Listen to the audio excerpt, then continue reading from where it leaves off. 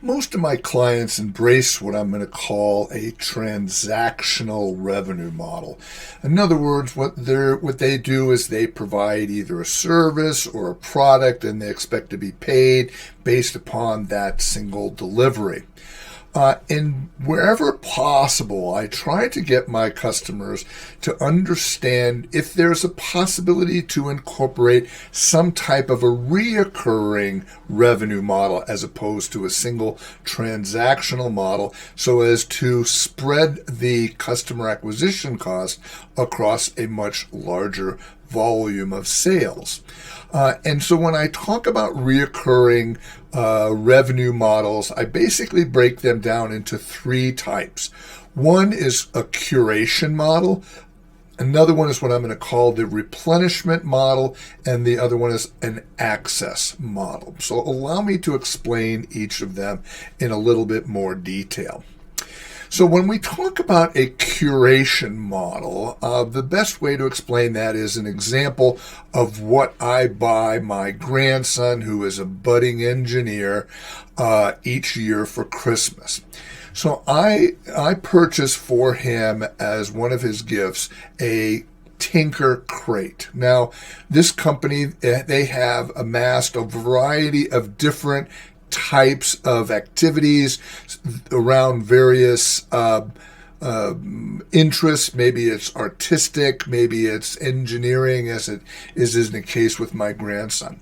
And so what they do is they have several dozen products that they sell. They organize them around, like I said, these different buckets. And in my son's case, it's around an engineering type of what they call a Tinker Crate. And every month they pull from this library one of these gifts, and it sends it to them each and every month. It's a different gift each time, and they basically curate them out of this big bucket based upon the what I select from their basket of types of things that they can go ahead and sell to the individual customers. And it comes in a 12-year long subscription, and essentially they're going to curate 12 of these over the course of the year and send them each month to my grandson. That's an explanation of curation. It's a reoccurring revenue model that occurs over 12 individual sales transactions. Then we have what we'll call replenish. And the best way that I can describe replenish is, for anybody who knows me, they know that I have a German Shepherd. For years, I would go to the pet store, and I would go ahead and I'd buy 45-pound bags of dog food. I would bring them home, and when he would run out, I would go back to the store. It was always rather painful to go off and do that. But then along comes companies like Chewy, who have a replenishment model where I select two 45-pound bags, which is approximately how much my dog will eat in approximately 12 weeks, and they will ship them automatically to me every 12 weeks. This is what we call the replenishment model, and it will continue along that process in perpetuity until such time as I go out and I actually cancel that particular subscription. All right? Very much a reoccurring model. And then the last type of reoccurring model is what I'm going to call access.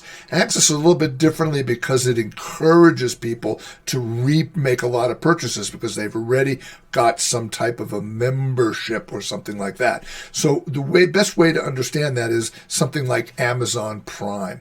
You purchase an Amazon Prime account, and then that entitles you to free 1 or 2 day shipping. It entitles you to being able to get access to their video channel, their movies, and those kind of things. So when we call it access, you make a purchase, and then that gives you access to their offering, and then it encourages you as an individual to make multiple purchases because you need to, you want to get your money's worth for the membership that you have.